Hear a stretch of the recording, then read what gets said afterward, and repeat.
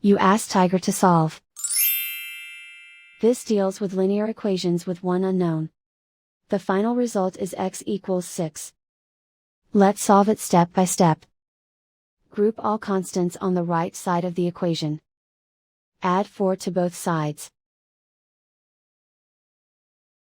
Simplify the arithmetic.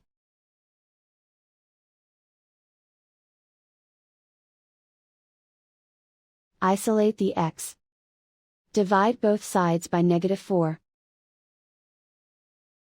Cancel out the negatives. Simplify the fraction.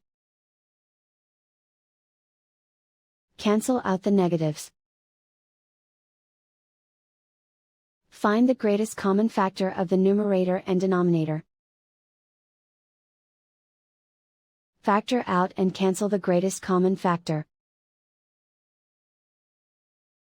And so the final result is x equals 6.